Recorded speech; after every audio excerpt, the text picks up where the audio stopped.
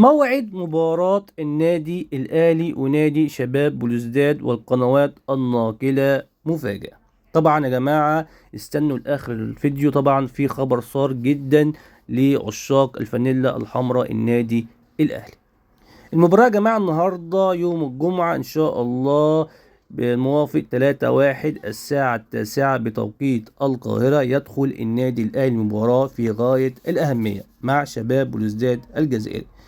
في حالة خسارة نادي شباب بلوزداد الجزائري من نادي الأهلي يعني خروج من دوري أبطال أفريقيا في مباراة صعبة جدا على النادي الأهلي، مباراة من العيار الثقيل. فبالتوفيق إن شاء الله للنادي الأهلي، إن شاء الله يكسب ويتصدر مجموعته بدوري أبطال أفريقيا.